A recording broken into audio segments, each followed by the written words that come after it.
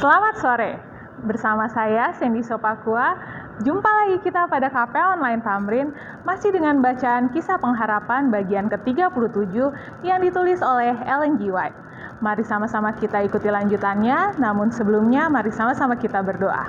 Bapa kami di surga, terima kasih Bapa atas berkat-Mu hingga sampai pada hari ini. Sekarang kami akan melanjutkan pelajaran tentang firman-Mu ya Bapa. Kiranya Bapa dapat mencurahkan Roh Kudus sehingga kami dapat mengerti dan dapat kami terapkan dalam kehidupan kami. Terima kasih Bapa sudah mendengar dan menjawab doa kami. Dalam nama Yesus, Juru Selamat dan Penebus kami. Amin. Penobatan Kristus. Sekarang sekali lagi Kristus menampakkan diri kepada musuhnya. Jauh di atas kota itu, di atas fondasi emas murni, ada sebuah tahta yang tinggi dan terangkat. Di atas tahta itu duduk anak Allah, dan di sekelilingnya ada rakyat kerajaannya. Tidak ada bahasa yang dapat menerangkan tentang kuasa dan kemuliaan Kristus. Tidak ada pena yang dapat melukiskannya. Kemuliaan Bapa kekal menudungi anaknya. Gemerlap hadiratnya memenuhi kira Allah dan memancarkan keluar melampaui pintu-pintu gerbang, membanjiri seluruh dunia dengan kilauan cahayanya.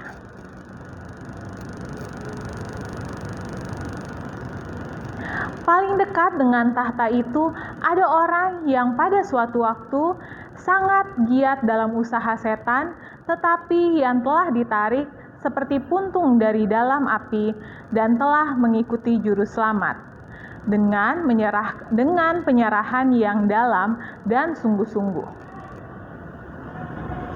Berikutnya adalah orang yang menyempurnakan tabiat Kristen. Di tengah kepalsuan dan ketidakpercayaan, mereka yang menghormati hukum Allah ketika dunia Kristen mengatakannya tidak berlaku lagi. Dan berjuta-juta orang dalam segala zaman yang mati syahid karena iman mereka. Dan di sebelah mereka adalah suatu kumpulan besar orang banyak yang tidak dapat terhitung banyaknya, dari segala bangsa dan suku dan kaum dan bahasa, berdiri di hadapan tahta dan di hadapan anak domba, memakai jubah putih dan memegang daun-daun palem di tangan mereka. Wahyu 7 ayat 9. Peperangan mereka telah berakhir dan mereka telah menang. Mereka telah berlari dalam perlombaan dan telah memenangkan hadiahnya. Daun-daun palem di tangan mereka sebagai lambang kemenangan dan jubah putih sebagai lambang kebenaran Kristus yang tidak bercela yang menjadi milik mereka.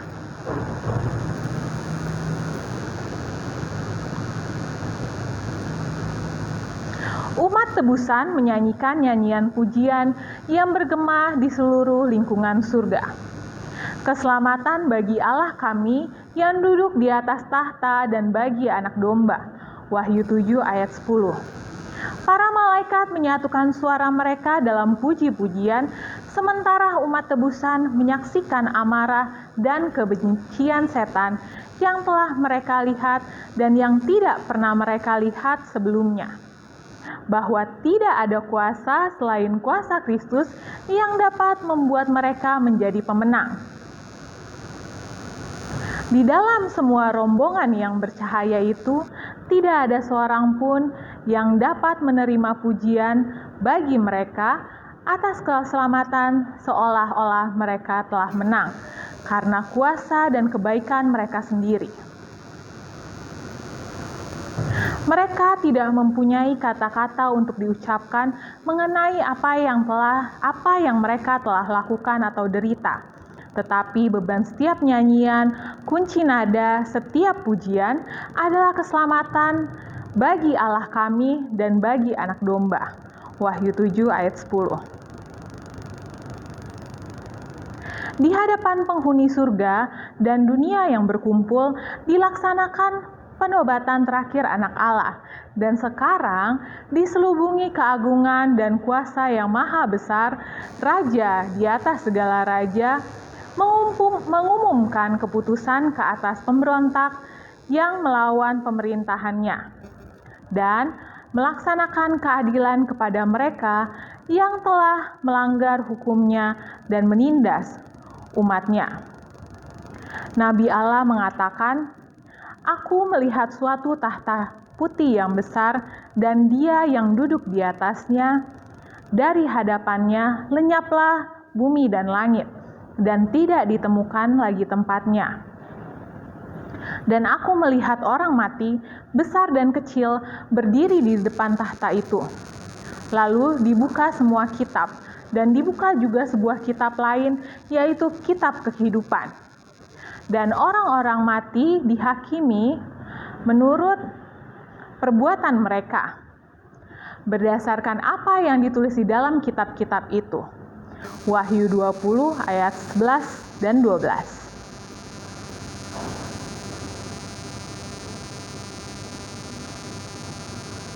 Segera setelah kitab-kitab catatan dibuka dan Yesus memandang orang fasik, mereka sadar atas dosa-dosa yang telah mereka pernah lakukan. Mereka melihat jejak-jejak kaki mereka yang melangkah menyimpang dari jalan kemurnian dan kesucian. Betapa jauh kesombongan dan pemberontakan yang membawa mereka melanggar hukum Allah. Pencobaan-pencobaan yang sangat memikat yang mereka berikan oleh pemanjaan dosa, memutarbalikkan berkat-berkat, memukul mundur gelombang kemurahan dengan keras kepala dan hati yang tidak bertobat. Semuanya kelihatan seolah-olah ditulis dalam huruf-huruf yang berapi.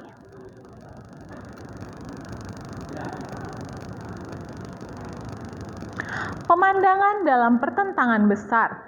Di atas tahta itu, mereka melihat salib dan peristiwa pencobaan dan kejatuhan Adam dan langkah-langkah rencana keselamatan yang mulia tampak bagaikan suatu pemandangan. Kelahiran Sang Juru Selamat yang hina, awal kehidupan yang sederhana, dan penurunannya, baptisannya di Sungai Yordan, puasa dan pencobaan di padang gurun, pelayanannya kepada pria dan wanita yang menawarkan berkat-berkat surga yang sangat berharga. Hari-hari yang disuguhkan dengan perbuatan-perbuatan kasih dan kemurahan hati, sekian malam doa, dan ketika menikmati pemandangan gunung-gunung di tempat terpencil. Komplotan orang yang iri hati, benci, dan dengki sebagai balasan kebaikan hatinya, penderitaan yang mengerikan dan penuh rahasia di Getsemani di bawah beban dosa seluruh dunia. Pengkhianatan sehingga dia diserahkan ke tangan para pembunuh, sekian malam yang penuh dengan peristiwa mengerikan. Tawanan yang tidak melawan, ditinggalkan oleh murid-murid yang sangat dikasihinya. Kekasaran di dalam perjalanan menuju ke Yerusalem, Anak Allah dibawa menghadapi Hanas, didakwa di pengadilan imam besar, di ruang pengadilan Pilatus, di hadapan Herodes yang kejam dan pengecut, diolok-olok, dihina, disiksa, dan dihukum mati. Semuanya tergambar dengan jelas. Dan sekarang di hadapan orang banyak ditunjukkan peristiwa terakhir. Penderita yang sabar itu berjalan menuju Kalvari. Putra mahkota surga tergantung di salib.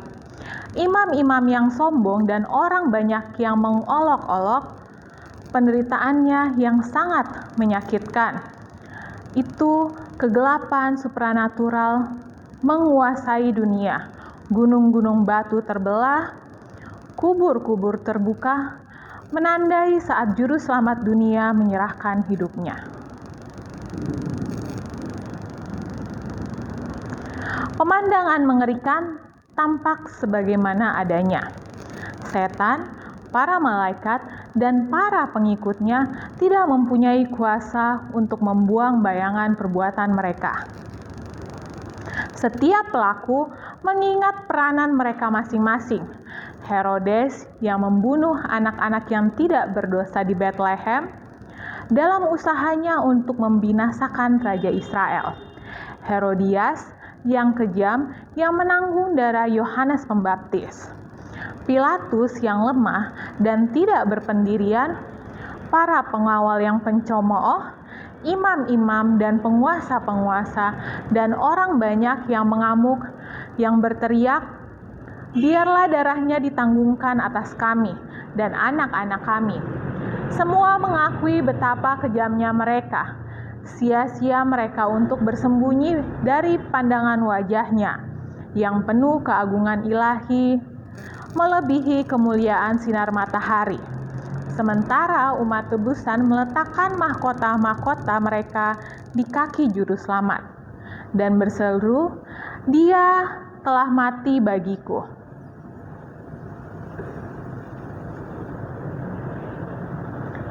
Di antara umat tebusan itu ada para rasul Kristus, Paulus yang gagah berani, Petrus yang bersemangat, Yohanes kekasih yang penuh kasih, dan saudara-saudara mereka yang tulus hati, dan bersama mereka rombongan-rombongan orang yang mati syahid, sementara di luar tembok dan segala kejijikan dan kekejian, terdapat orang yang menganiaya, memenjarakan dan membunuh mereka. Ada Nero, monster yang kejam dan bengis, memandang sukacita dan kehormatan dari orang yang pernah dianiayanya. Dan di dalam penderitaan mereka, dia bersukacita. Ibunya menyaksikan hasil dari pekerjaannya sendiri, melihat bagaimana tabiat jahatnya dipindahkan kepada anaknya. Hawa-hawa nafsu yang didorong dan dikembangkan melalui pengaruh dan teladannya telah melahirkan buah-buah kejahatan yang menyebabkan dunia ini gemetar.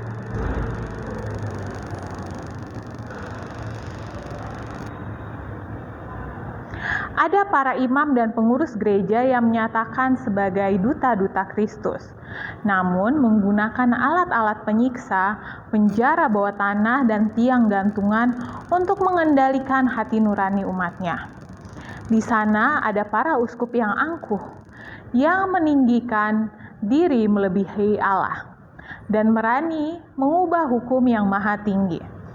Para pemimpin gereja yang berpura-pura mempunyai perhitungan sehingga harus berterima kasih kepada Allah. Dengan demikian, mereka dengan mudah dimaafkan. Sangat terlambat untuk mengetahui bahwa Yang Maha Tahu merasa cemburu mengenai hukumnya dan bahwa Dia tidak akan membiarkan orang yang berbuat salah. Sekarang mereka mengetahui bahwa Kristus mengenal umatnya yang menderita, dan mereka merasakan kuasa kata-katanya. Sesungguhnya segala sesuatu yang kamu lakukan untuk salah seorang dari saudaraku yang paling hina ini, kamu telah melakukannya untuk aku. Matius 25 ayat 40. Demikianlah pembahasan kita pada sore hari ini. Mari sama-sama kita berdoa. Bapa kami yang di surga, terima kasih Bapa. Tadi kami sudah mendengarkan dan mempelajari sebagian dari firman-Mu. Berkatilah dengan firman ini membuat kami lebih dekat lagi kepadamu ya Bapa. Terima kasih Bapa sudah mendengar dan menjawab doa kami, dan menamai selamat dan penebus kami. Amin. Sampai jumpa minggu depan. Tuhan memberkati.